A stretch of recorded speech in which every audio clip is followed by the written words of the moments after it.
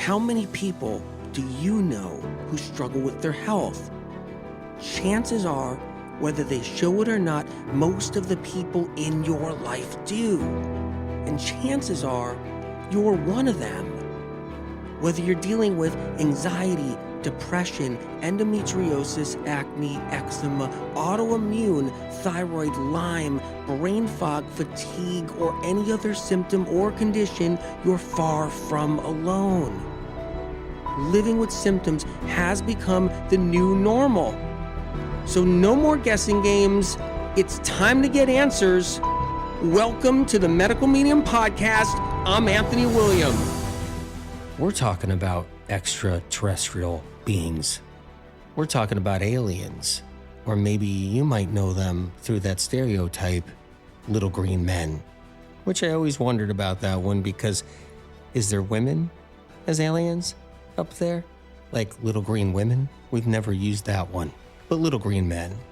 Maybe you're someone that doesn't believe in aliens. You don't believe there's life on other planets out there. So if that's the case, sit back and listen to the stories I have to tell you, because they're just stories. After all, who knows?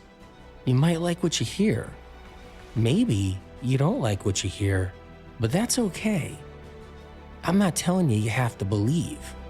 So let's get into Medical Medium Story Time.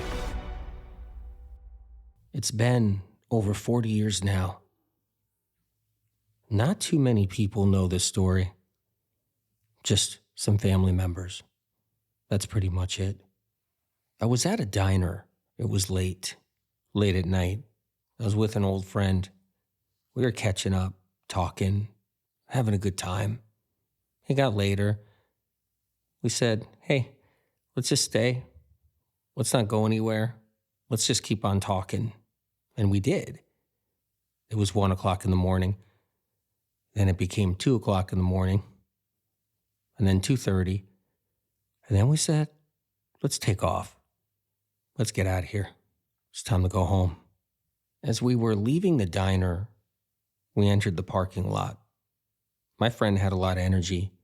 He drank coffee the whole night. He was all jacked up. I was a little tired. I was just drinking lemon water, and I needed to go to bed.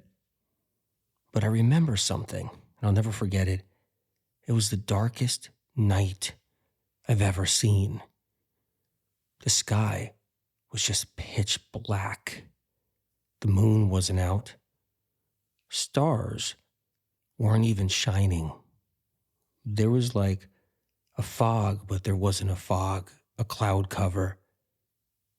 There was no light shining from cities up to the sky. It was just a black, dark night where you needed a flashlight to see where you're going. My friend said, I'm not in a rush. Let's take the long way home. I said, sure. I was driving. I didn't mind. It's already this late. It's almost 3 o'clock in the morning. Why not? We decided to take a left turn off the beaten path, go a different way, hit the back roads. The boondocks is what we used to call it. There were no street lights, no street lamps. It was really dark. It was a heavily wooded area in some sections and lots of big trees. There were still some houses, though. On the left side of the road, there were a few houses. On the right side of the road, there were a few houses, but eventually the houses were further apart. So as you were driving a mile down the road, you'd see one house. We weren't driving on pavement anymore. We were on dirt. It was an old dirt road. And it was hot because it was summertime. It was late July. My car didn't have air conditioning, so we had the windows down. The air smelled really nice. My friend and I weren't talking that much at this point. I think we were just feeling the vibrations of the night. The air smelled good. I think both of us were noticing how quiet everything was. We were driving, but it was so still outside. There was no wind, no breeze. It was just thick of silence and stillness. We were coming to a fork up ahead in the road. We were supposed to take a right, but instead, my friend said, "Why don't we take the left?" So I said, "Sure, why not? It'll lead to the same place in the end." We drove for about another half mile. There was another fork in the road, so I saw it coming up, and I decided to slow down before I got to it. I came to a stop, sat there in the car, and that's when I noticed something unusual. I was looking to the left, and I said to my friend, "Do you see that?" And he looked and said, "Yeah, what is that?" I said, "I don't know. It looks like a person, and it looks like they're standing there. Can you see?" And he goes, "I think so. It was so dark." My headlights weren't on the figure that was standing there. My headlights were going straight ahead, and this figure was on the left side of the road, on my side of the road. I said to my friend, "This is just so unusual. It's 3 o'clock in the morning. We're way out in the sticks. We're on a dirt road. No one's out here." And then something came over us. We felt a desire that took over, making us want to see what this figure was, making me pull the car over to the left, driving down the dirt road, and pulling up directly to the figure. As we were getting closer to this figure, I was noticing a metallic flicker occur. My friend said, "Is that a person? Are they wearing some kind of flickering jacket?" And I said, "Yeah, it looks like that, I think.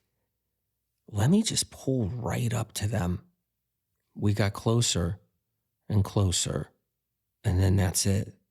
We pulled right up, and the figure was standing no more than 2 feet from my car door and my window. And then that's when my life was changed forever. My friend leaned over to my side, and we both looked at the figure. Even though the figure was so close, it was hard to see. It was confusing. It was like you were looking at something. You think you know what you're looking at, but you're not sure. You can see a metallic jacket or suit or covering. It looks like a human of some kind, but then everything changed. A light came out of the sky, so bright, it was brighter than what daytime would look like. It was blinding. My car was running at the time, but then no longer. It just shut right down. A few seconds later, our eyes started to adjust to what we were seeing. We were looking at the trees. We were looking at the leaves. They stuck out so vibrantly. And then we turned our heads and looked up at the figure, straight at it. It was tall. You had to look up. And what we noticed is it had a head, but it wasn't looking at us. The body was turned around and the head was facing a different direction. Seeing and feeling this was hard enough. And then the body, the figure, lifted off the ground about a foot. We felt like we were paralyzed, and disbelief and shock started to take over. Our eyes were glued to the figure, and that's when the figure started to slowly spin around to the point where the figure was facing us. And then we were directly face to face. And what we saw looked like a tall man with no face. The head looked like it was wrapped in skin. It had a tight wrapping around the face and head. There were indentation of eyes, but no eyes. There were markings of nostrils, but no nostrils. And there was a line as if it was a mouth, but there was no mouth. We were staring in what felt like a paralyzing trance at this tall figure hovering off the ground in the light with no face. And that's when I heard a voice. And the voice said, "It's going to hurt you." A feeling took over. And that feeling was, if I don't get out of this now, I'm going to die. And that's when I heard my friend screaming in terror. And that's when his screaming snapped me out of whatever trance I was in. And then I started screaming as I was leaning over to his side of the car. I remember at that point where I knew I had to do something. Fight or flight was kicking in, that adrenaline surge. And I remember telling myself, do I just try to open up my car door, bump into this thing, and just run? But I knew that wasn't going to work. And then at that moment, the light in the sky went out and disappeared, and the car started back up on its own. I jammed the car in drive, and I stepped on the gas, and the car took off. After a few seconds, I then lost control of the car and went off the road. I was stuck in the mud. I put the car in reverse, and I slammed on the gas, and the car wasn't moving. I was stuck. And in the back of the car, through the windshield, I could see something moving, and I can see what seemed like some type of flashing light in the distance. My friend jumped out of the car. He got in front of the car, and he started pushing. I had the car in reverse, and then caught traction. He jumped back in the car, and we hit the road again. As we were driving down the road, we never spoke. We did not speak once. He didn't say, "That was the craziest thing I've ever seen. I thought we were going to die." And I didn't say, "Oh my God, dear Lord, what happened? What did we even see?" We both didn't say anything. We didn't even speak. We couldn't. We could not talk or say a word. A couple miles down the road, we got off the dirt road, and we were on pavement. We were where we were supposed to be. We still weren't speaking. I drove him directly home. He got out of the car. He went inside his house. He didn't even look at me. I drove back home, got into my house, crawled into bed, and eventually fell asleep. The next morning, something strange happened. I didn't tell anybody. I didn't tell my family. I didn't tell anyone. It was as if something kept on stopping me from ever talking about it, ever telling anyone. It wasn't as if I was like afraid to tell somebody because I thought they were going to think I was crazy or something. That didn't even cross my mind. It was I just couldn't speak about it. I couldn't get the words out. I couldn't describe it. Neither could my friend. A few years went by, and I started remembering things, small details, but meaningful ones. I started seeing it clearly, what really happened, what I really saw, the moment the light came out of the sky, minutes before we got to that fork in the road. I started thinking about the diner, how when we left the diner and was heading to the car, how it was so dark outside. You couldn't see anything. And then the realizations come. Was that thing waiting for me? Did it know I was going to go down that road? Did it send a message to me, to my psychic mind, to take that turn and head down that road?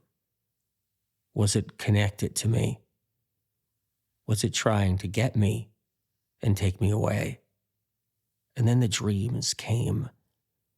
The dreams, I would go to sleep, and the dreams would come.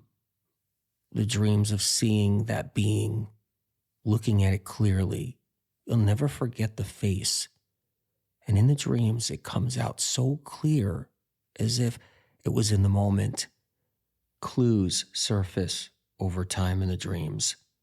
I had this one dream that repeated itself, and every time I dreamt it, something different or new came up within the dream.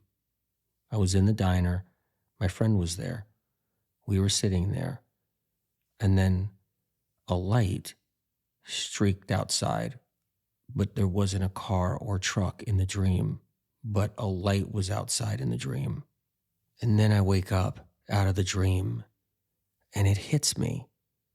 I remember vaguely seeing a light that was different than a headlight, different than a truck light. And I remember even mentioning it to my friend in the diner during all those hours we were talking.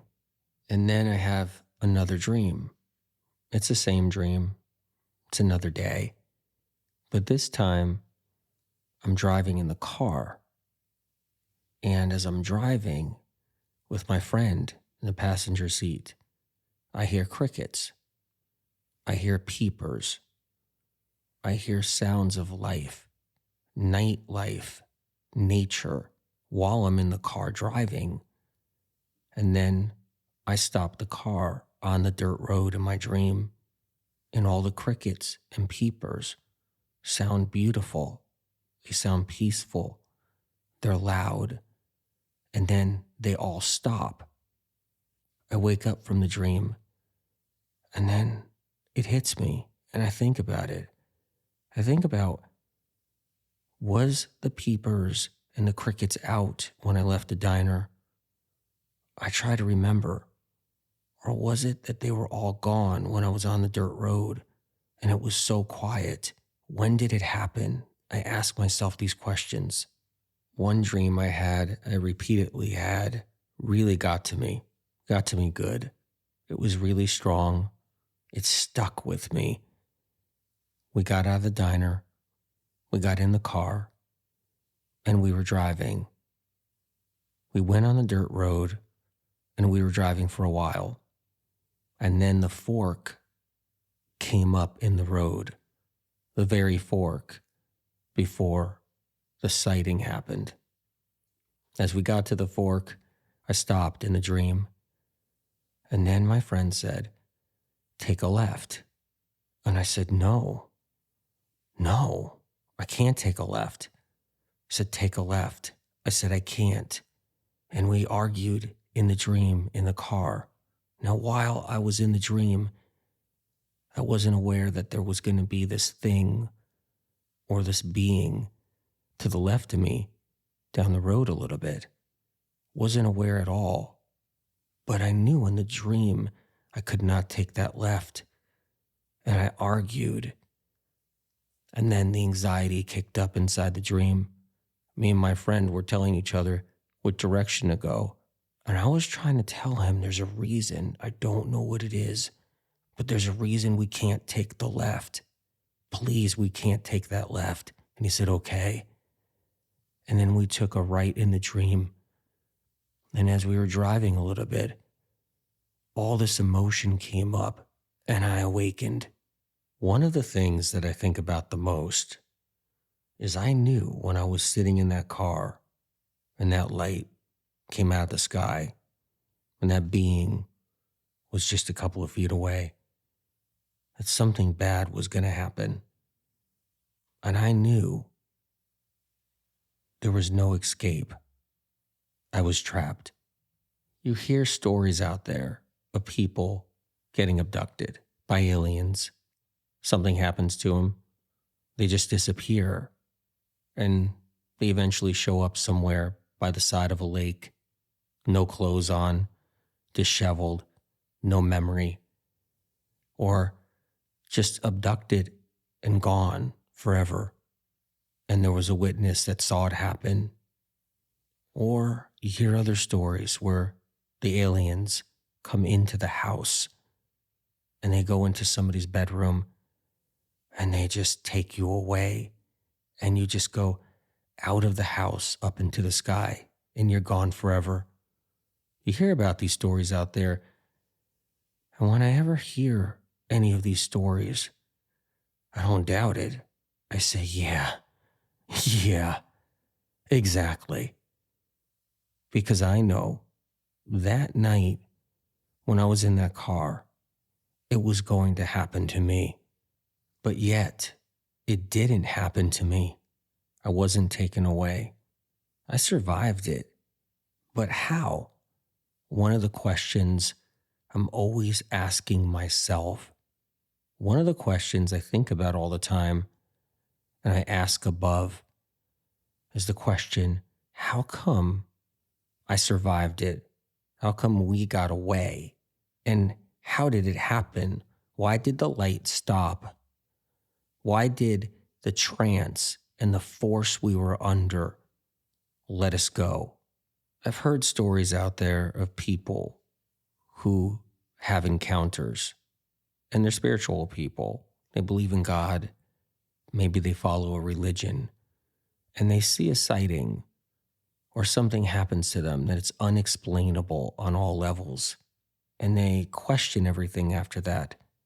They question the Bible. They question their faith. They question Jesus Christ. They question the God they believe in. They question the Savior they believe in or the saint they believe in. They question the Creator or what they believe in spiritually. They question it all. They're confused and they lose faith because what happened changes everything for them. What happened to me that night did not have that same effect. It strengthened my faith instead, made it stronger, because I realized that some kind of divine intervention occurred. Some kind of angelic intervention occurred. Something had power to go against this dark, evil power that I was up against. To have that kind of light come out of the sky like that and light up everything. To have the force to gravitate off the ground in that capacity that it did. To have the ability to shut down the car, and yet it was stopped. Stopped in its tracks, it seemed. Living proof. I'm here. And the dreams have all but gone away over the years. Now it's just a dream once in a while, or once in a blue moon, I say, as an expression. And that dream is, I'm in the house. I hear noises. I go downstairs. I end up opening the front door, going outside, and then I look at the sky. And then I see a light moving across the sky, and something comes over me. And that light gets closer and closer, and then I realize it's got its eyes set on me, and I have to hide, and I have to run. And I end up trying to get back to the house, but the house is really far away now. And this dream repeats itself in many ways, but it's always similar. And then I jump into the bushes, and I lay there on the dirt or in some grass behind a bush, feeling the presence that ship is floating around the neighborhood, looking for me, and hasn't quite spotted me yet. And then I look behind the bush up at the sky, and the ship's larger, and it's landing in just an adjacent field. And I know, oh my God, it's going to get me now. And then I could kind of feel it and hear things going on as I'm in the dream, but I can't get back to the house. And just when I think they found me, I wake up. I wake up in a sweat, and I can't fall back to sleep. It could take hours. There's a lot of people in the world who have gone through something similar, or even far, far worse. So when I think about what I went through in my experience, I'm truly grateful. Hey, Hey, you see that? You see that? What is that in the middle of the farm field? I don't know. Old Harper's Farm? You see it over there?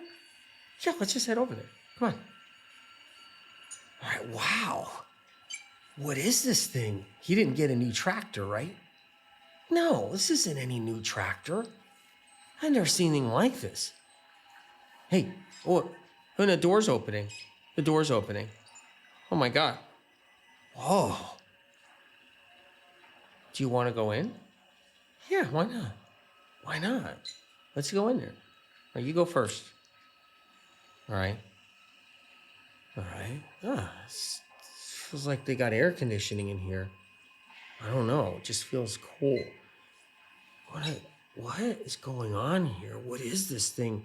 Look at that control panel. Don't touch that. Don't touch that switch. You don't know what it does? Yeah. Like, what if it does something? This thing looked like it landed here, man. You don't just play with the switches. No, I don't know. Don't sit down in the seat. No. No, you shouldn't be sitting in that seat. Oh my God, what's in that jar? Oh my God, there's a jar. There's a jar. Look at it. What's in that? Do you see the wires going to it? What? It's moving. Oh, we got to get out of here, man. As fast as possible. What? No, the door's shutting. No, just stop it. Just go. I know when people think, hey, there's going to be an alien talk or an alien show or some kind of alien TV show or something or documentary, first thing comes to mind, government, governments, government base, government bases, aliens, Area 51, the government harboring aliens, harboring spacecrafts, hiding material, hiding documented, classified information. Because, face it, that's what everybody thinks about. But in this episode, I'm not going to go into all of that. It's just going to be insulting because, duh, yeah, governments are involved all around the planet with aliens, alien activity. Yes. Has the military or some military on the planet somehow got a hold of a crashed spaceship? Maybe even got a hold of an alien? Yeah, for sure.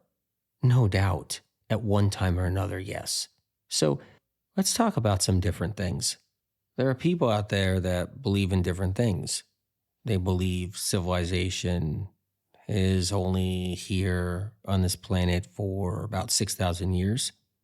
Maybe they believe civilization's only 4,000 years old. Or maybe they believe it's older. There's some people out there that believe civilizations have been here longer than 6,000 years, 10,000 years, 15,000 years. And then there's people that believe civilizations are even older and go back further. Let's keep an open mind. How about if civilizations here on this earth have been around for more than tens of thousands of years, maybe even more than a couple of 100,000 years, maybe close to 1,000,000 years? And what if the people that were here tens of thousands of years ago are not our ancestors? We're not related. What if the people that were here even longer than that, hundreds of thousands of years ago, are not our ancestors? There's no lineage connection. There's no genetic connection passed on down, genes after genes after genes. Maybe we're not connected at all to some of the older civilizations that have been here many, many years before us. Before we go any further, keep in mind, if you're somebody that's really entrenched in the theory of evolution, that things might sound a little different as we move forward. So keep that space open that maybe evolution isn't what the truth is, and there's other things to be had, other things involved in our existence. Because the theory of evolution dictates that we developed here on this earth. So humans came out of this earth only. That means cells multiplied in the bottom of the ocean. A creature was formed.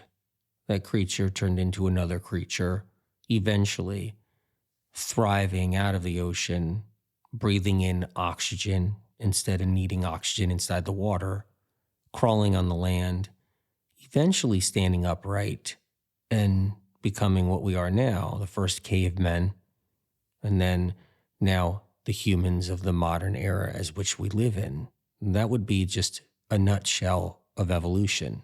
So if we believe in evolution, we are forced to believe that the humans on this planet came from that original source, stayed alive, and thrived on this planet, and took us to the point of where we are today. That means from point A, the inception of humans developing out of cells and tissue, a creature moving into a primate, developing into a human, and then that first human, from where it started, whenever that was, carried on with no interception.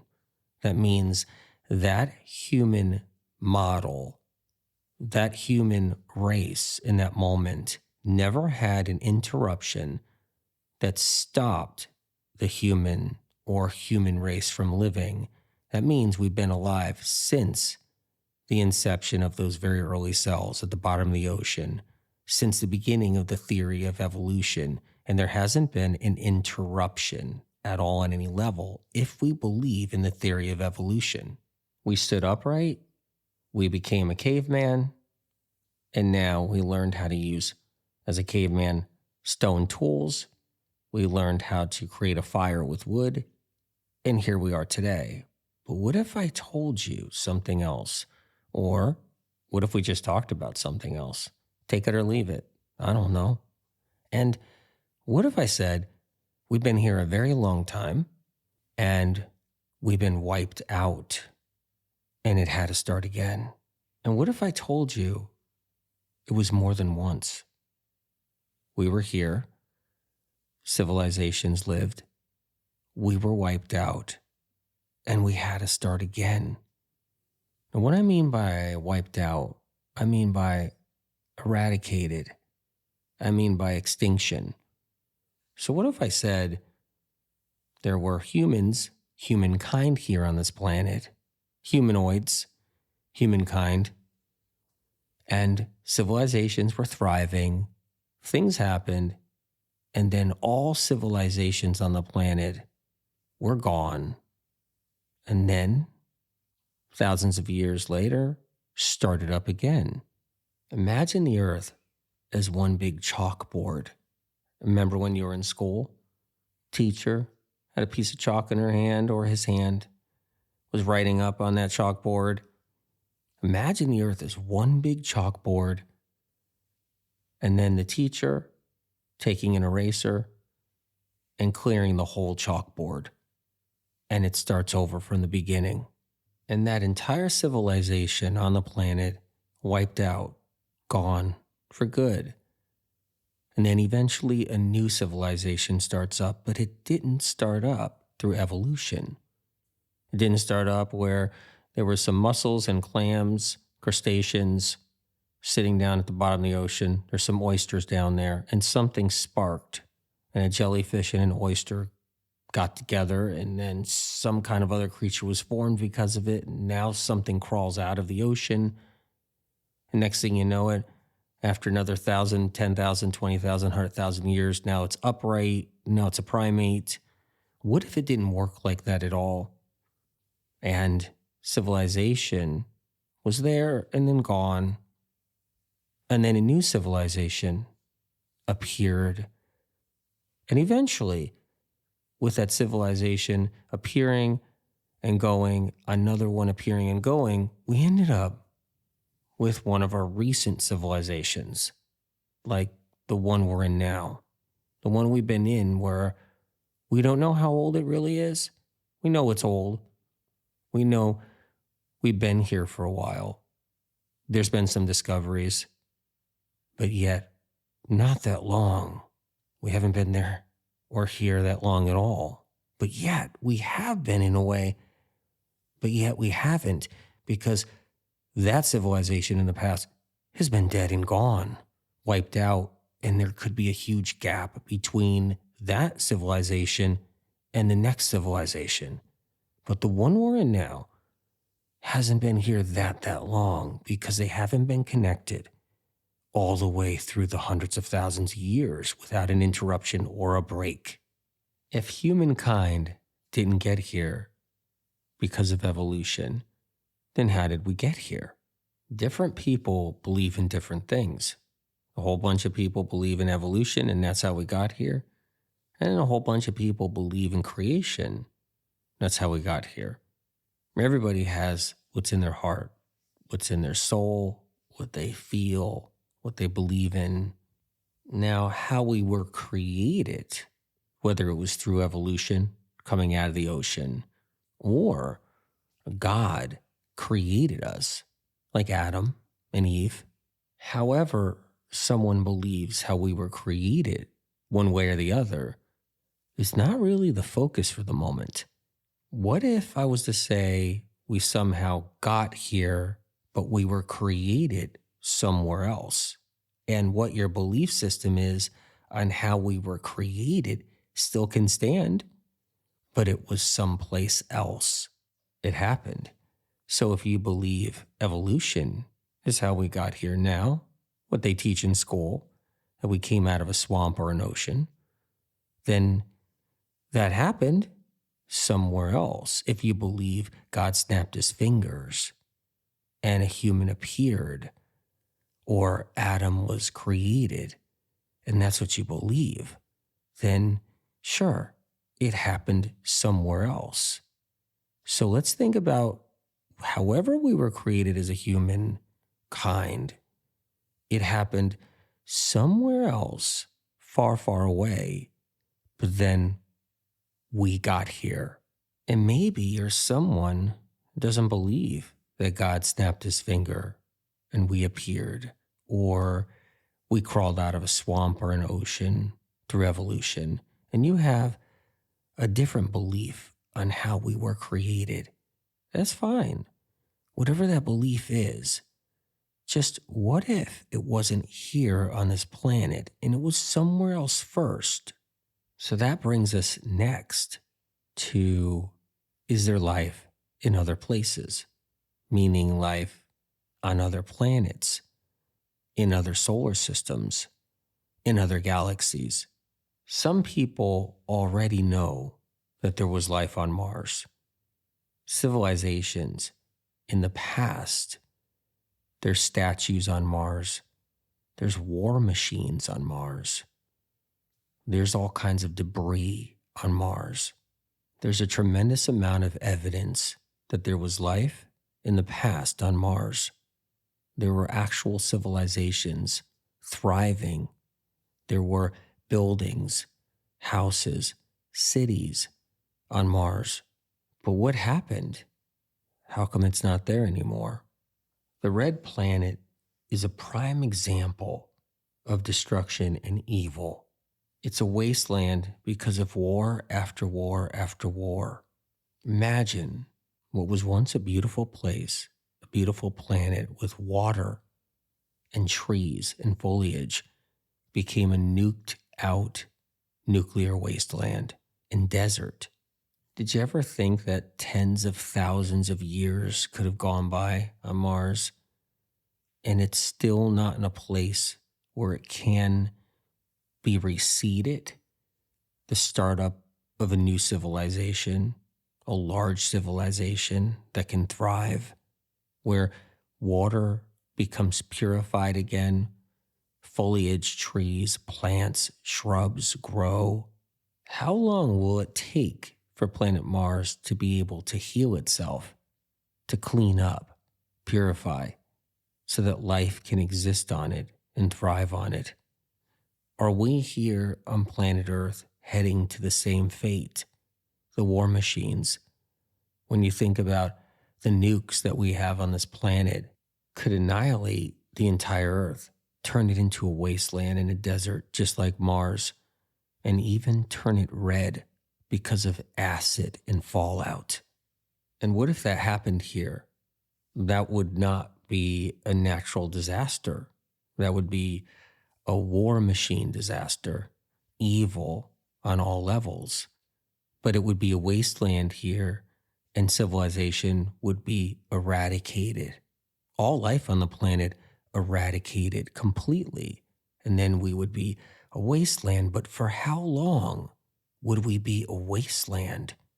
How long has Mars been a wasteland? How long is it going to take to purify for the planet to be reseeded again on Earth? We're at a place in history where a natural disaster could occur, like a volcano clouding up the sky, shutting out light, sunlight, no photosynthesis, no plants and trees growing. We can't feed ourselves. It could happen. But most likely, what's going to make a big shift here on Earth is not going to be a volcano or a great flood. It's going to be destruction from evil and greed. And that's what's going to take the planet to that new phase. It's not going to be that flood. It's not going to be that volcano. It's not going to be because the moon goes off axis and then we have a disaster for quite some time, for 1,000 years or more.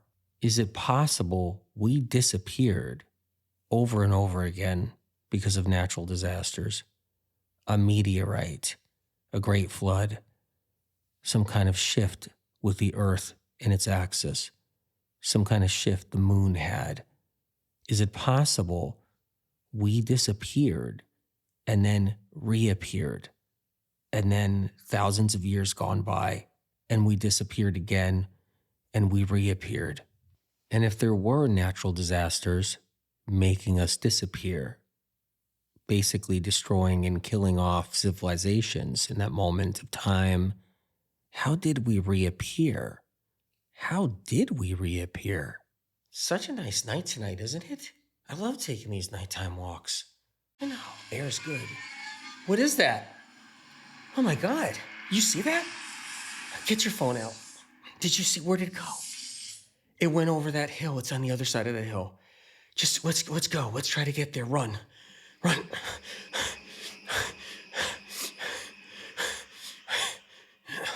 All right. Oh my God. Look, it's a craft. What are they doing? Do you see the steam? Look at the lights. The door's opening. Do you see the door? Get your phone out. Video that. There's a door. Oh my God. What is that coming out? Those aren't people. Oh my God, there's aliens. Are they looking at us? Do they see us? Keep down. Keep your head down. I can't move. Just, can you move your legs? Why do I feel stuck here? They're heading this way. They're coming over. Oh, ow! No, let us go. Don't let my friend go. No, don't take me in there. All right. I'm in there. We're in the ship. How does the civilization return, come back? Let's talk about Noah's Ark, the great ship, the ark that was built because Noah heard the voice of God as a prophet.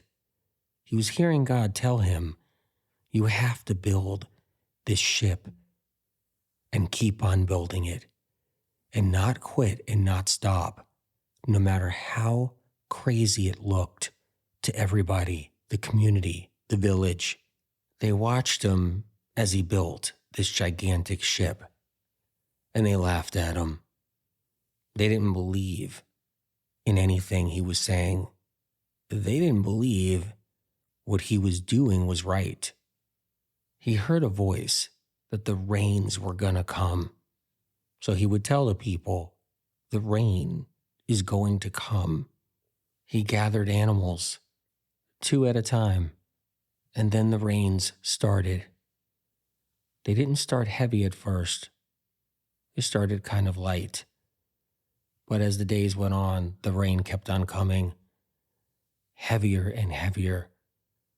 Puddles went to small rivers, went to ponds, turned into lakes.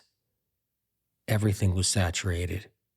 The water rose, and then the ship broke free off its stilts and was now floating. Everything turned into a vast ocean. Noah had a job to do. It was to bring life back on the planet.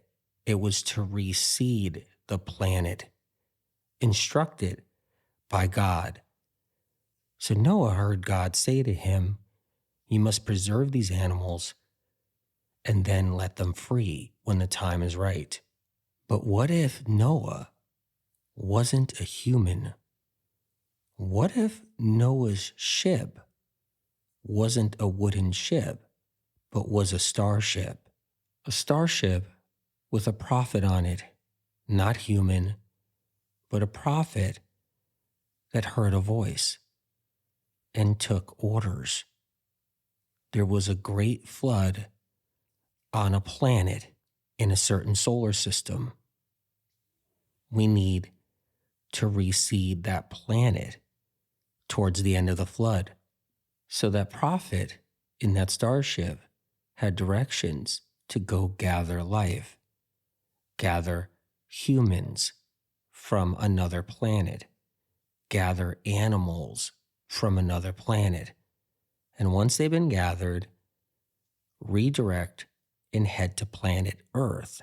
So when the flood subsided, spacecraft landed on dry land and unloaded the cargo, different kinds of animals, different people, and lots of provisions. But at the same time, those provisions run out. And then those people need a way to feed themselves. So the craft gets a different order, the prophet on the ship. And that order is to continually bring provisions until the people can fend for themselves. This practice is continued for generation after generation. Provisions are dropped off at the same time the human beings are learning how to feed themselves, grow things, survive, create shelter. And as time goes on, once the humans are self-sufficient, the provisions stop. For hundreds of years and hundreds of years, it's all about survival, not documentation. There's no energy, resources, or time for documenting things properly. 1,000 years go by, documentation becomes just stories, old stories of the past, about a ship, about ancestors getting here. Stone crafting begins, carvings on stones, pictures. Stories become a whisper down the lane about a great flood that occurred, that flooded the planet. But these whispers and stories are not from people before the flood. They're not from the civilization long before the flood. They're from people that came after the flood, that don't know a lot about the flood. The original starship that dropped off the civilization after the flood did not come back for thousands of years. But the essence to why the people were there was because of a ship. Over time, humans were able to build ships. So everything was about an actual ship that floated on an ocean or a waterway. It wasn't about a ship from the sky. And the story changes. So now let's go back before the flood. What if the humans that were here before the flood, the civilization, wasn't just humans? What if it was humans and aliens? And instead of flooding the entire planet, God flooded part of the planet where there was a civilization, where there were aliens and there were humans. But the aliens were bad aliens, and they weren't instructed by God to be productive and helpful for the human race. And these bad aliens came on their own, and they were destructive. They were damaging the human race. They were injuring women. They were stopping the human race from thriving. They were stealing their provisions. Their appetites were large, and they weren't contributing to the civilization so it can thrive and be healthy. They were an obstacle causing problems. So the civilization was decaying, was becoming problematic. It was disintegrating because of these bad aliens. And these bad aliens weren't sophisticated. They didn't have a spacecraft.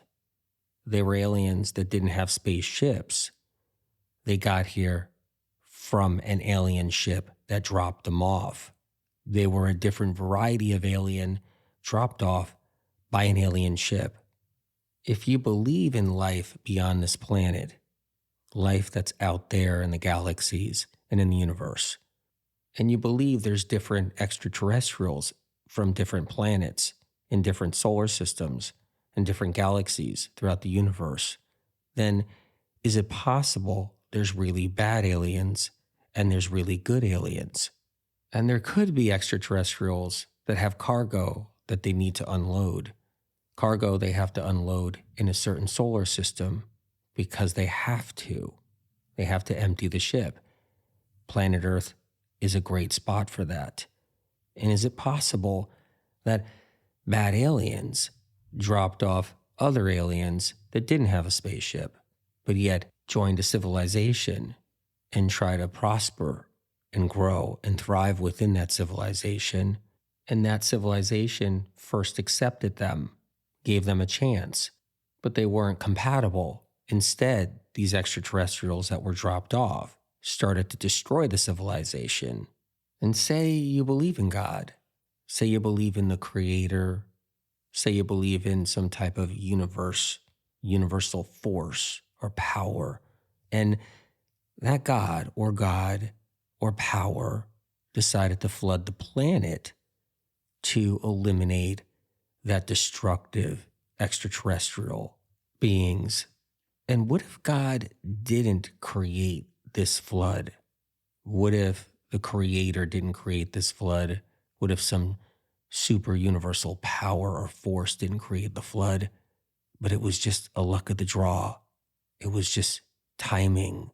Or what if it wasn't timing and it wasn't God that created the flood, and instead it was a different extraterrestrial, a good extraterrestrial?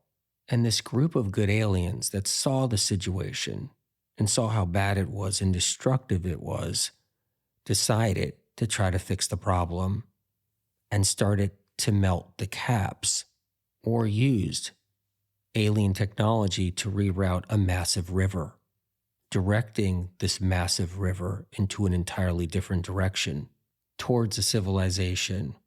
Or did they use an alien technology to actually create humidity, massive amounts of humidity, and using their alien technology to create gases that promote rainfall, uncontrollable, nonstop rainfall? And this heavy precipitation lasted for months upon months, drowning out that civilization. And what if one of the aliens that helped create the flood to destroy that civilization got a message directly from God to do so? And when this great flood happened, was there spoils of war that occurred? And what if there was another civilization that was destroyed at the same time, one that was thriving, that wasn't destructive, and this other civilization was low? It wasn't high up. It was actually low on the earth. So when the flood happened, it went underwater, and it was Atlantis, a very advanced civilization that was dropped off by extraterrestrials previously.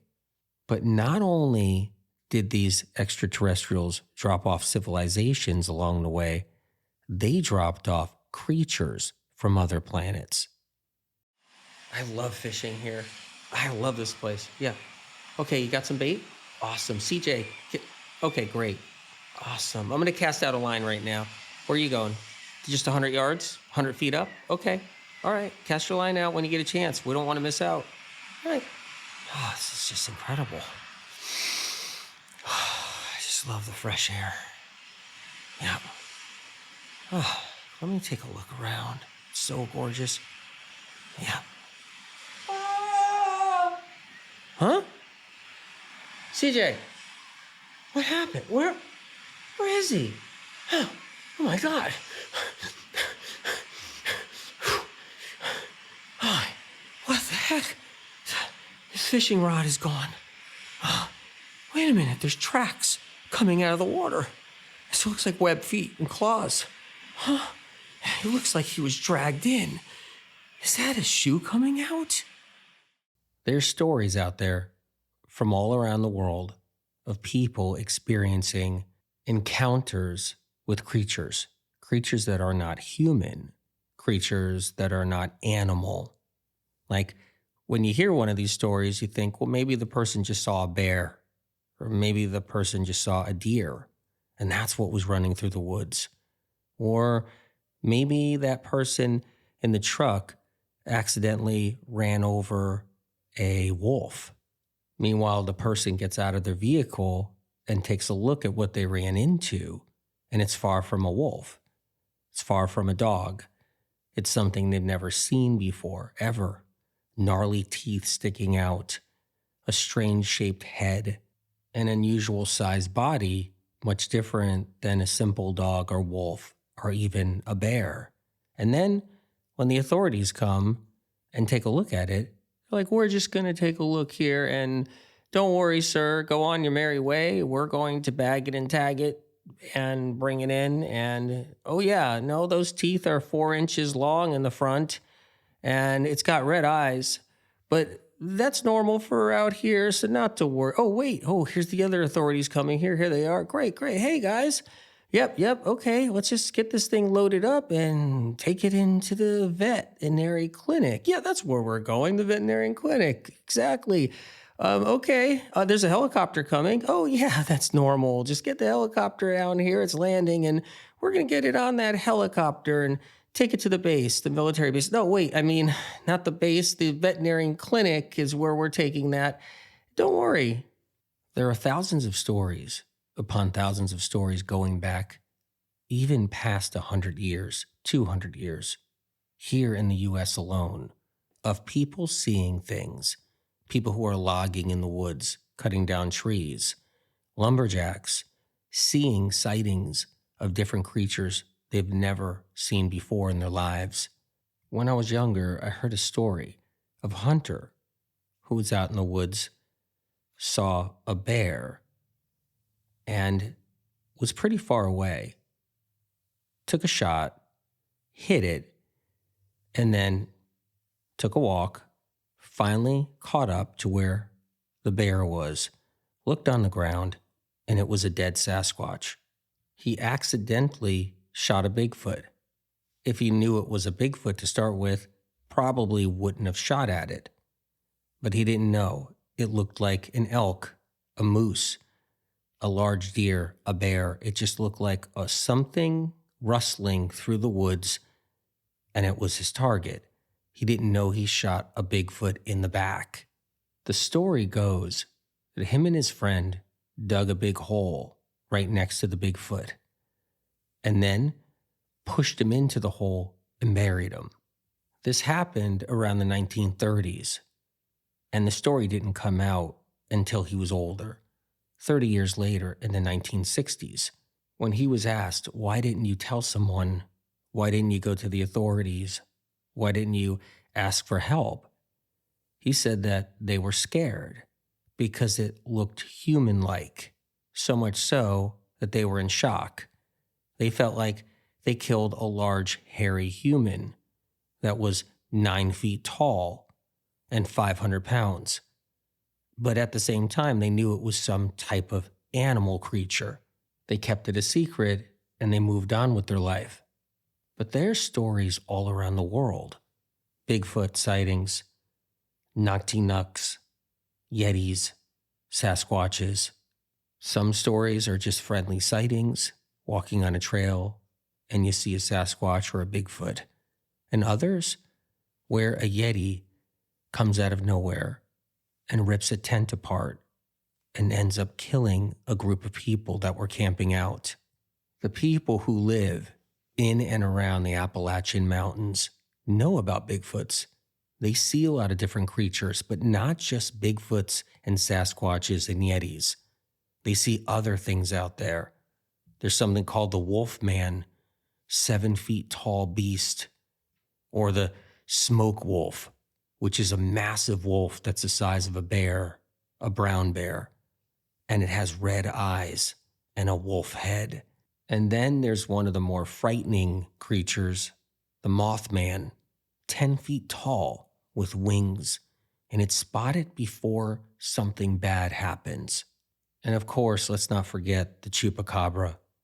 The Chupacabra is in different forms, different places around the earth, and most likely responsible for some mysterious killings and disappearances. In 1864, during the Civil War, soldiers saw a gigantic bird flying in the air, and they shot at it. It took many soldiers and their guns to kill the bird, to get it out of the sky, and it hit the ground. They stood on it, and a photograph was taken. It was a gigantic winged creature. Food was scarce. It was in the middle of the war. It was approaching winter, and they sectioned this creature, cut it up in pieces, and cooked it, and fed a portion of the army. Mysterious sky creatures and mysterious land creatures were not the only creatures to be worried about. There were sea creatures, lake creatures, ocean creatures, river monsters here on this earth. Then and here on this earth now, one such creature is the mermaid. But mermaid sightings were never like it is in the storybooks. It wasn't this pretty woman with false eyelashes, makeup on, and lipstick with a fishtail. True mermaid sightings were never pleasant. They were creatures that were humanoid-like, but at the same time had claws on their webbed hands or claws on their webbed feet. Water creatures tend to cause more trouble with a lot of people if there's no witnesses around.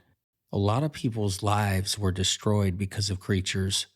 There are many true accounts from people that have gone on lakes or in boats alone with no witnesses, so there was no one to see what really happened, where something terrible occurs and it's a disaster. There are lots of stories. There's one that I'll never forget, a true account. 2 people going on a boat on a lake. They're way out there. The boat's cruising along and they hit something in the middle of the lake. So they stop the boat and they look around. One guy looks over the side of the boat and he's looking around at the water while the other guy is sitting there in his seat watching. And then a webbed arm with claws comes out of the water, grabs onto the guy's jacket, and pulls him into the water. He screams, and then he's gone. So then the guy looks for him, finally heads back to shore to get the authorities. The authorities come, and they say, "What happened?" And the guy says, "I was on the water in my boat with my friend. We hit something, and then he was pulled in by what looked like a monster."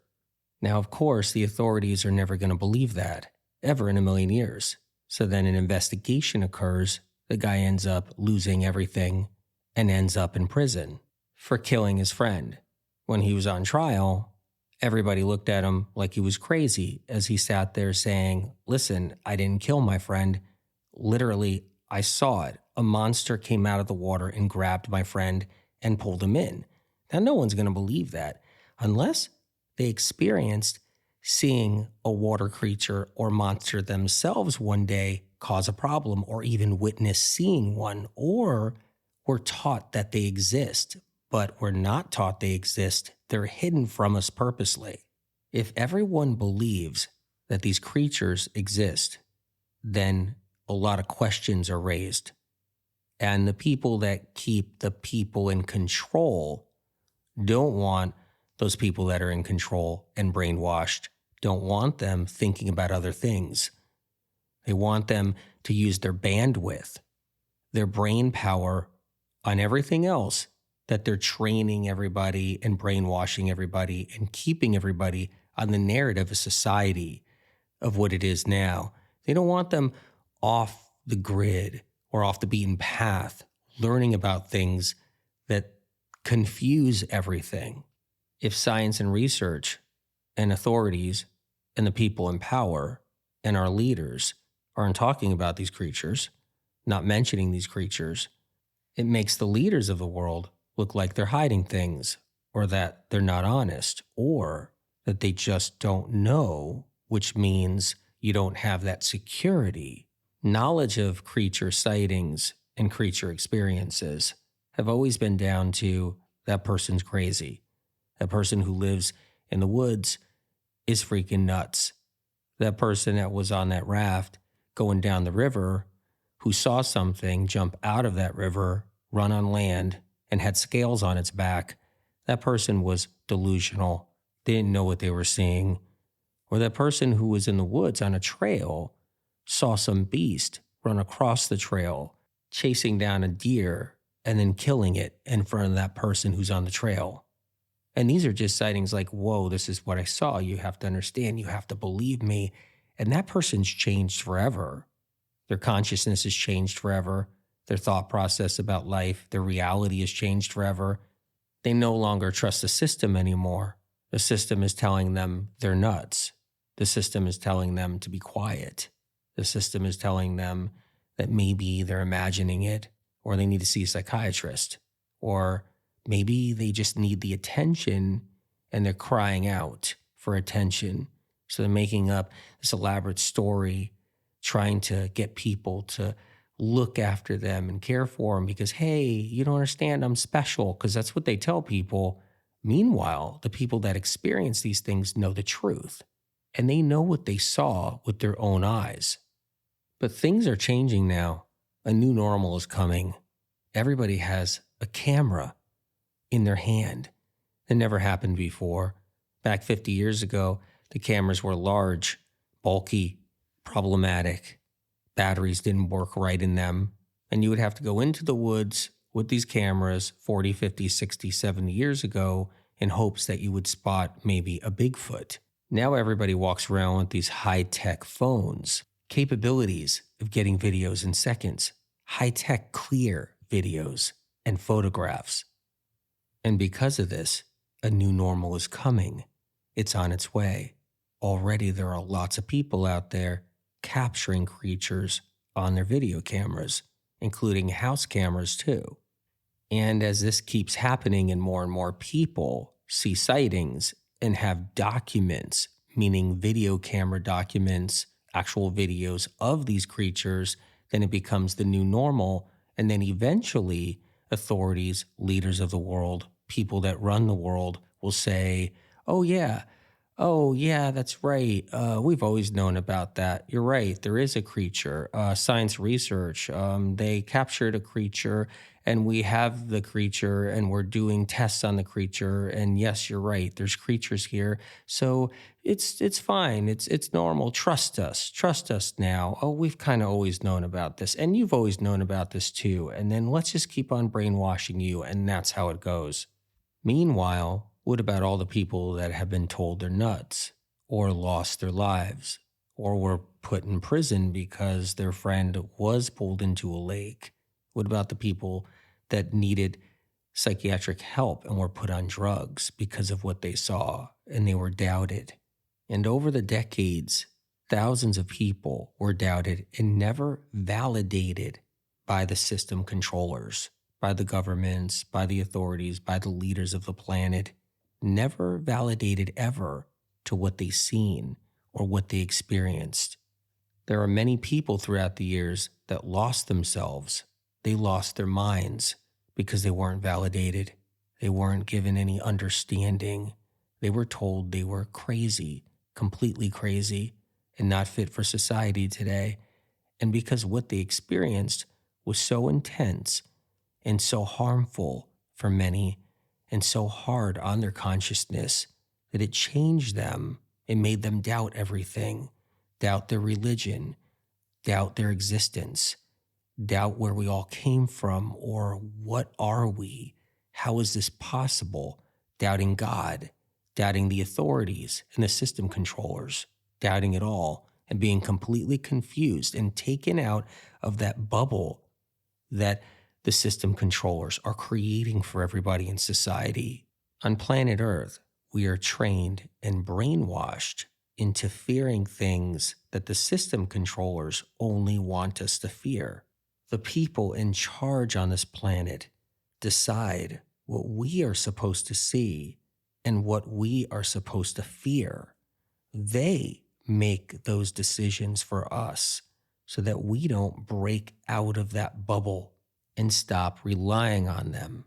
The system's built so we rely on it purposely. Then they can integrate what they want to us and inside of us in every way possible inside our minds. They can take over our consciousness with what they want us to learn and believe. Once it gets to the point that system controllers, leaders, bodies of government can't deny these creatures are there and they're real because they're being captured with technology and cameras, and people are experiencing more encounters with these creatures. Once they can't doubt it or deny it anymore, they decide how to integrate that to the human race. So the gaslight starts to happen, the manipulation and gaslighting to everyone. Hey, we've already known about these creatures. Aren't you guys aware of it? Aren't you guys up on it? Yeah, we've known about it all this time. And we're going to teach your children now about these creatures in the way we want to control the narrative, in the way we want to control the storyline, so that the next generation and the next generation learns about the creatures in the way we want to teach them all along. And then when the people in charge of this planet control the narrative, this is kind of how it goes a little bit. You saw a creature, yes. That's because there's this one breed of creatures that we have identified now, and science is actually taking a look at. And that creature came out of a river that had a chemical spill, and that creature was mutated. It was really just a normal snake, but it ended up growing a lot of limbs, somehow got tall. But yes, it's a creature, and it's true. And that's how they do it. They'll do something similar to that. So this way, people who are brand new to it all will be like, hey, did you see that news report? Yeah, you saw it? It's crazy. It was like this creature that came out of the water, they said, and it ate a goat, and it was like, it had claws and it had scales. Yeah, they said it was like because of a spillage or something and global warming and whatever it is. They were saying how there's going to be more of these creatures, so we just need to look out for them. As time goes on, they're going to try to acclimate us. They're going to have this thing where we're adapting to what they're giving us. Oh, science has it under control. They have a creature in a lab. They've identified it. It came out of the wet market originally or something. Maybe it's climate change. Whatever it is, they get us nice and comfy and cozy so we're not scared really, because they control what we fear or not. They don't really want us to fear these creatures unless they want us to fear these creatures. But they'll get it, so we'll finally get numb to it. It's all about numbing us out to everything so they can control us still. One important thing to know is that the reason why they're going to control how we think about these creatures or how we learn about them as time goes on, so it stops us questioning where these creatures come from. Where are they derived from? So the storyline is controlled, so we don't start thinking beyond the box and outside the box. Like, how is it possible these creatures are here? And do these creatures we're seeing fit the stories that the people in charge are telling us. When a creature is spotted on one side of the planet and it happens to be a similar or same creature that's spotted on another side of the planet, the story and the narrative doesn't work anymore about this river and a mutation or a contamination. And as more creatures surface all around the world and they're getting caught on camera and photographed, then the stories are going to change. It's one of the reasons why they just don't want to even talk about it, because you won't be able to keep the same storyline. And the biggest fear that the people who control this whole planet have is us learning where these creatures really come from in the first place, which is Noah's Ark, spacecraft that dropped them off and still drops them off today. And as many millenniums have passed, there have been many Noah's Arks, many spacecrafts dropping off different creatures, land creatures and water creatures. And if you think about it, many have. They think about, well, how come we don't see all these creatures all the time, say in the United States alone? Well, what people don't realize, very little land is being used by humans in the United States. Most of the land in the United States of America is completely separate from the land that we live and have our cities in and our suburbs in. Much of the land in the United States is government owned or private. Same goes for Canada, government owned or private. Same goes for other countries, government owned or private. Very little land is being used by people on planet Earth. Most of the land on planet Earth we don't see, and we don't play in, and we don't live in. And yet, at the same time, government bodies, leaders of the planet, controllers of the planet, convince us we're overpopulated on planet Earth. And that's another narrative they want us to keep in our thought process and consciousness. So many of the creatures that we see here are creatures because we're treading into their territory. We're taking longer hikes deeper into woods. We're traveling up mountains. We're looking into our oceans a little deeper. And then we're seeing these creatures along the way. And these creatures are brimming. There's plenty of them out there. It's just that they're also hedging on our territories too, that we live our lives in. So the paths are crossed a lot of times. When the day comes and it's out in the open that these creatures all exist, the system will set the stage on how we view these creatures and if we should fear these creatures. And if the system wants us to fear these creatures, there'll be a reason for the system's own gain. For example, if they wanted to evacuate a certain part of a country, they can use the creature alert. There's a creature in that area. It's very dangerous. You have to evacuate for the next 50 miles diameter. Meanwhile, there is no creature causing a problem in that area at the moment on any level, but they need that area cleared out for other reasons the system wants to use it for, or cleared out to cause trouble with people in that area for a reason the system wants to do it for. Another thing that could happen once we're aware of all these creatures and they have control of the narrative, the system can say, look, these creatures are infectious and we can actually catch something from these creatures that can make us really sick or kills us. So you have to now take this certain drug if you live in the area where this certain creature lives.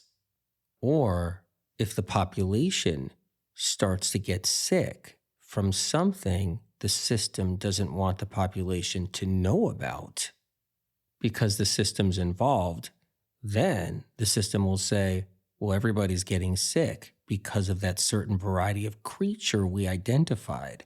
And in order to protect yourself, you need to take action in the way the system says. When the time comes when people that control the planet, the system controllers, the leaders of the planet, decide it's okay to be open to the existence of these creatures, to be okay with their existence, they may present it in another way that these creatures are naturally here, naturally derived, indigenous, because that stops us from asking more questions. It's just science hasn't discovered them yet. And they may hang their hat on that. Now, one of the reasons why they may do that is because many accounts, when these creatures are spotted or there's a sighting, something supernatural happens at the same time. Some people who say they've spotted a creature unexplainably become paralyzed or frozen or they can't move. And it's not just because they're in total fear. They can't run. They can't move their arms. Some people who have had sightings and have seen certain creatures see lights in the sky around the same time or exactly at the same time. Others see an unidentified object in the sky when they spotted a creature. Some see glowing red eyes on the creature, and some see fires that ignite themselves during or after the creature's appearance. What these creatures are exhibiting is supernatural abilities, which means not from this planet, where creatures have supernatural powers, powers where fires can ignite on their own, flashes of light come out of the sky, things that a giraffe or an elephant, a bear, or a fish can't do, which leads to the incredible question, where did they come from, who dropped them off, and how did they get here? Bring those two Yetis over here. Yeah, just have them sit down. Okay. Oh, those two Sasquatches? Put those over there. Yeah, that's fine. Oh, watch out. Those mermaids? Oh no, those are from Planet Zoltan. It says here on the paperwork. Yeah, just be really careful. That mermaid right there will bite your head off. It happened one time to a worker here. Yeah. Oh yeah, it was terrible. Blood everywhere. Okay, just have those mermaids parked over there. What else is coming off the ship? What else? Oh my God, it's a river monster. River monsters, I don't like to work with. Yeah, no. No, the river monsters are the worst. Why? They smell so bad. They smell like puke and diarrhea and pond scum all at once. Just put them over there. I got to get my mask. Just hang on. What else is coming off the ship? Oh, okay, there's the alien conductor. He's coming off now. He wants to say something to me. Let me see if I can put my code, my language device on so I can understand what he's saying. Okay.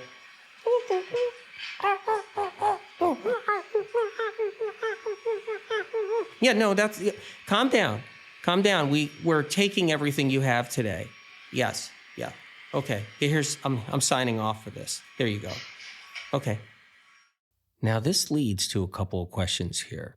If creatures are being dropped off by spacecrafts in the last 100 years, is there an alliance between the people that run this planet and the aliens? Deals being brokered, deals being made to receive such creatures? Or are these creatures being dropped off by spacecrafts roguely, randomly, anytime, any place as the years go by? Or is it both? Is it sometimes an alliance with the people that run this planet because deals are being made and there's spacecrafts and aliens dropping off creatures randomly at other times? This leads us to another question.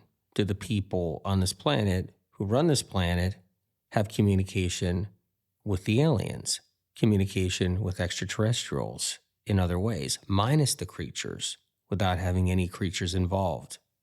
Planet Earth has precious resources. Resources we go to war over, resources we battle over and fight over, precious minerals, water, oil. That's just a few of the resources. Deals for these resources are made on the planet between corporations, countries, governments, militaries, people behind the scenes. Deals are made. And who else? And who else wants a piece of the action? Precious resources from this planet. Now, the phone you're holding, that takes a lot of minerals. Precious minerals is how your phone can work, is how your computer can work. It's how technology works. It's from precious minerals that were mined from this earth. But, spacecrafts are technology as well. And spacecrafts need precious minerals. And that leads us to all the excess land in the United States and other countries that we're not privy to, that we're not allowed to walk on or see. Hundreds and hundreds of miles we don't have access to. And why don't we have access to all this land at the same time we're being told we're taking up all this space?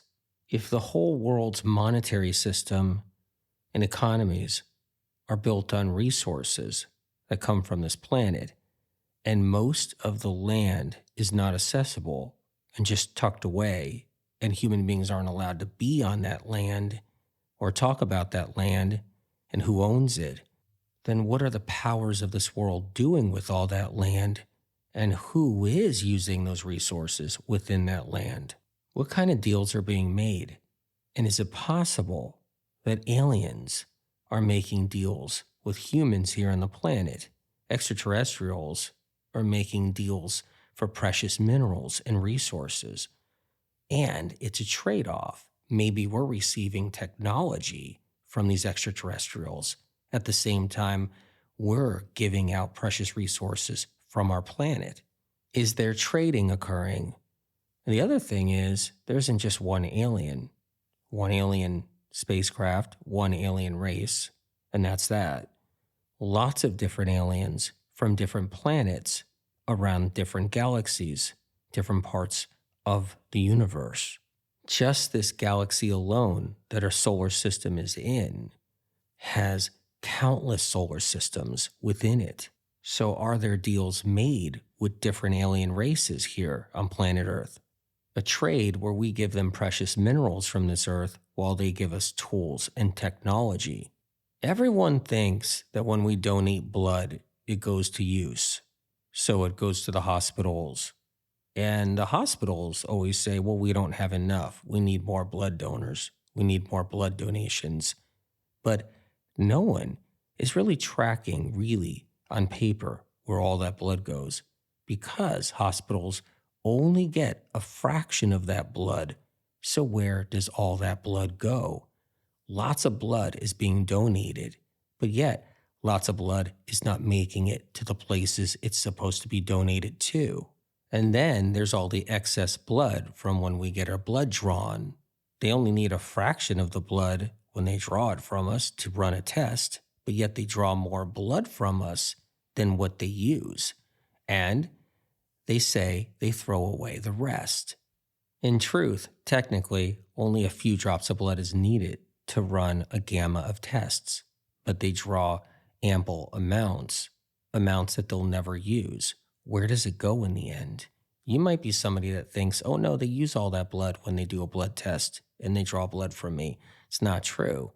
They don't even use a slight fraction of it. It's so minuscule. But where does all the other blood go?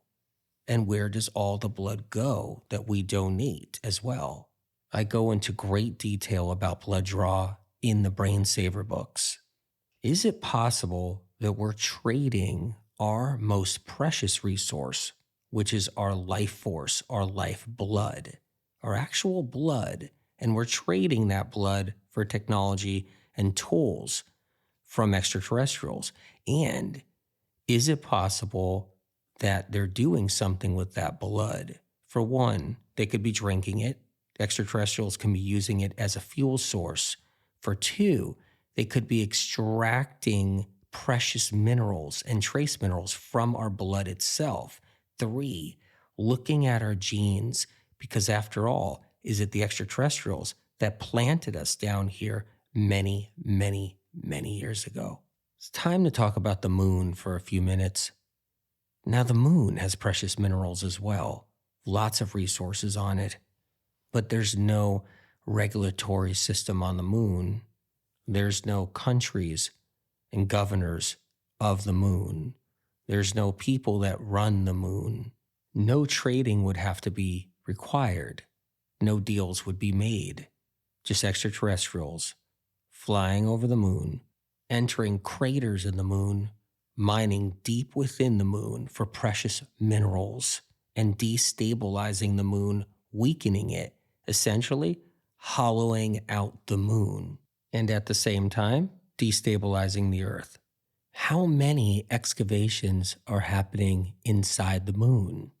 How many alien nations and alien races are digging inside the moon, unearthing or unmooning lots of precious minerals and metals that they need for their industries?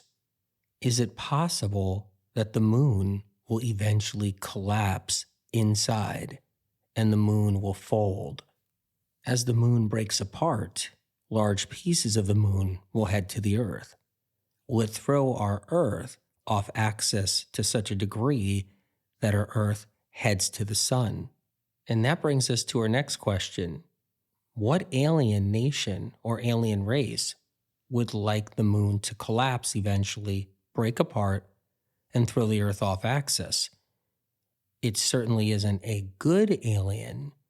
So that question brings us to, are there bad aliens? Are there good aliens?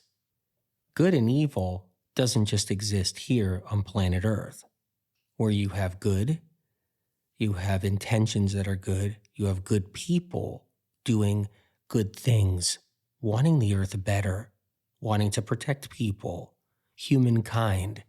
And then you have bad people here on planet Earth. They want to destroy people. They want people hurt. They want people lost and sad. Bad people even want to hurt the Earth, knowing it will be bad for good people.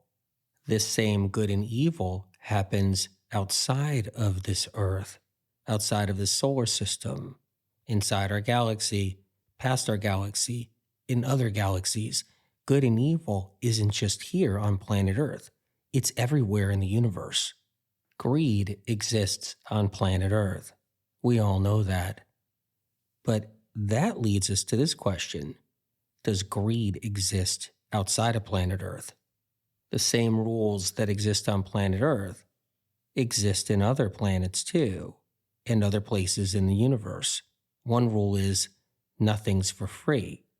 There is ownership in the universe, ownership in solar systems, on different planets. A spacecraft can't land on a planet, start mining, and take all of its resources without having to answer to another alien, and then a war begins, and then deals are made. An alien can't just snap their finger and a ship with high technology is built in 3 seconds. Yeah, maybe there is an alien race that can snap their finger and float away and go through different dimensions. But either way, for the most part, alien ships are still technology that have to fly through space and be built with resources at a cost somehow, some way, some shape or form, and then new resources in order to keep that ship moving. That brings us back to the question, good alien, bad alien. What kind of deals are being made? What kind of mining is being done? Is there mining happening on the Earth? Are there deals being made with good aliens? Or are there deals being made with bad aliens? Or is it a little bit of both? Takes us to one more question. Are the aliens that are bad, that could be working with the people that run the Earth, teaching the people that run the Earth how to control people? And does that mean that good aliens that are communicating with people that run the planet are trying to do the opposite, break people free from the control that evildoers have on the planet over their people? Which now takes us to another area. Are there extraterrestrials living among us? If there are extraterrestrials that live among us, then there's going to be a combination of both bad extraterrestrials and good extraterrestrials. And this combination of aliens, both good and bad, that live among the people on this planet, what are they here for? What are their jobs? What are they doing? For whose gain? They're not simply here so they can walk to a hot dog stand, order a hot dog with chili and cheese and bacon on top, enjoy it, eat it, and say they did all of this just to experience a little different flavor of culinary experience. A spacecraft doesn't just travel trillions of miles just to land here, then join our community, shapeshift, hang around, have a little fun, play ball, go swimming, eat some food. There's bigger reasons, there's bigger purpose. If it's a bad alien, the goal is going to be to enter our science field, our medicine field, our military field, and any other field that has great influence. And maybe that's why extraterrestrials, spacecrafts, and UFO sightings have been called weather balloons all these generations, all of these decades, or called a hoax, or called a rainbow, or called a meteorite, or fallen star. The reason for hiding such discoveries and not validating people and their experiences could all come down to the people of power on the planet, the people that run the entire planet, may not want people to think these UFOs and extraterrestrials exist because they possibly live among us. And the more we learn about extraterrestrials, the more it becomes normal, the more it becomes, hey, these exist. UFOs exist, extraterrestrials exist. There's a lot of sightings on record. The government knows about it. The leaders of the world know about it. We all know about it, and we're one big happy family about it. Once that happens, then the door opens about other things that don't seem too unreasonable.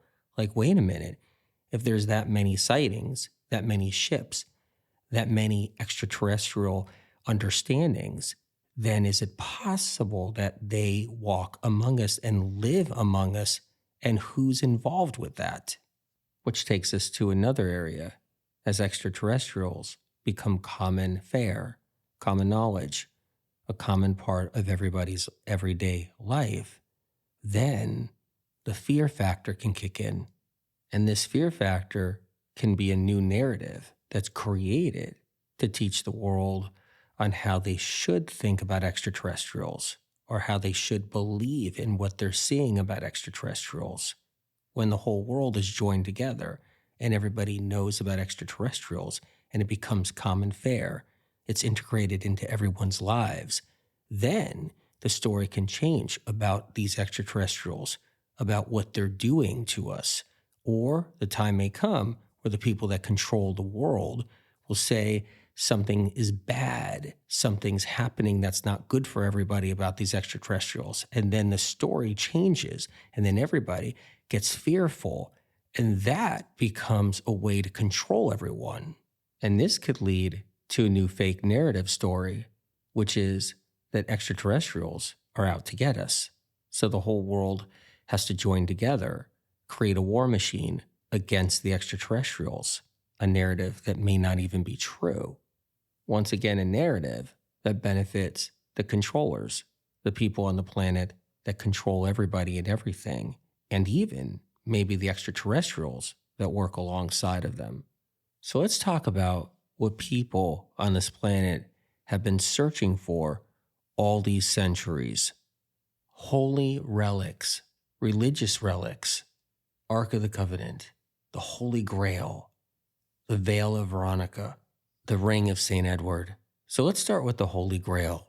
Many believe that the Holy Grail was a cup that Christ drank from with the apostles during the Last Supper. The cup has never been found. The search happened for centuries. People all across the lands searched for the cup. The Knights Templar had treasure troves of cups, silver cups, gold cups, cups with emeralds, diamonds, and rubies on them. Not just gold and silver cups. They had pewter cups, lead cups. They collected wooden cups. If there was a rumor that that wooden cup found somewhere in some church was the lost cup, the Holy Grail that Christ drank from. The Knights Templar would grab it and put it in their collection in hopes that the cup would show itself, would show its powers, its holy power, because that was the cup that Jesus Christ drank from during the Last Supper. The search for the Holy Grail wasn't just because Jesus Christ drank out of the cup. It was because there were stories about the cup, stories that it wasn't just an average cup. It was said that the Grail looked unusual, didn't look normal, and it held some kind of power. Was it possible the Holy Grail was a device, a tool, an alien tool, or an instrument of some kind? And what if the Holy Grail wasn't just made out of gold or silver or wood, pewter, or lead, and instead it was made out of a different metal?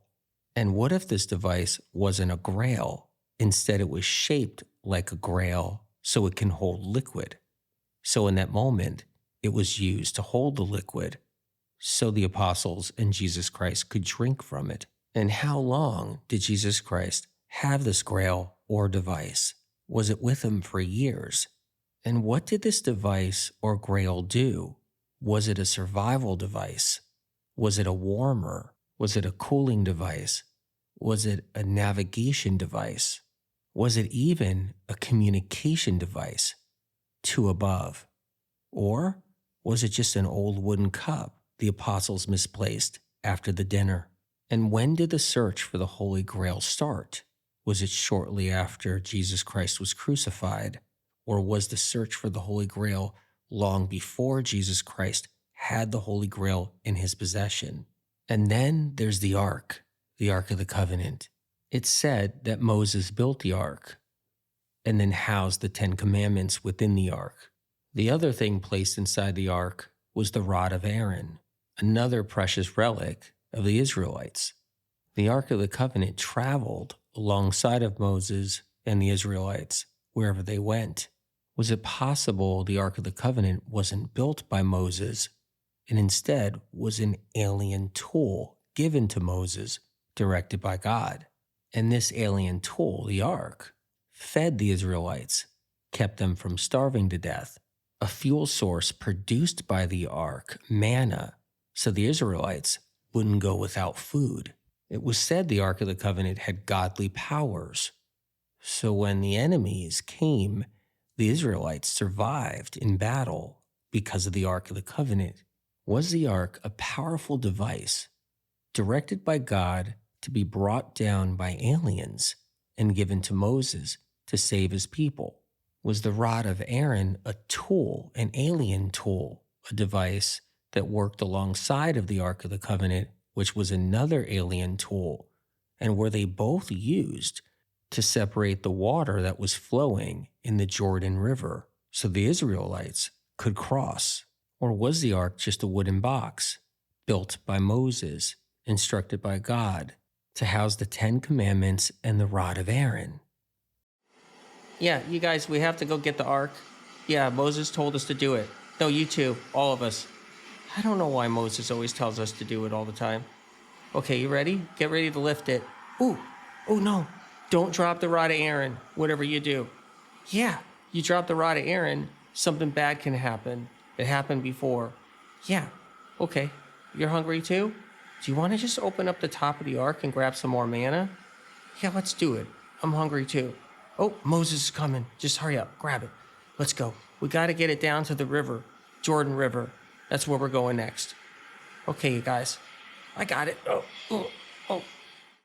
There is so much we don't know about life on this planet. We only know so much, and we've only documented so much.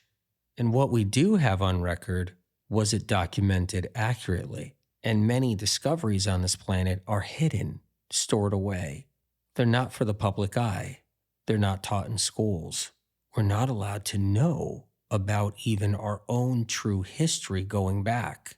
We're in a time that even if an archaeologist discovered a profound, unbelievable find inside the earth, that was unexplainable by science, it would be held from us so we would not be able to see it or understand what it really is. If something like the Ark of the Covenant was discovered, was unearthed by archaeologists, and it was alien technology, a device, or something that had superpower, we would never see it. It would be taken from us, hidden, and used either for evil or just stored away forever. There are people out there that believe we are the only living beings in the universe, and there is no other life beyond our own planet Earth, that we are the only ones that exist, and no others anywhere else exist or have ever existed outside of the world we call our home, and that's okay. Many believe we are the most intelligent life forms in the universe, and that aliens from outer space are just stories and fantasies made up for movies and our imagination, so we become convinced extraterrestrials aren't our reality here in the real world we live in, and instead, aliens are just for make-believe fun.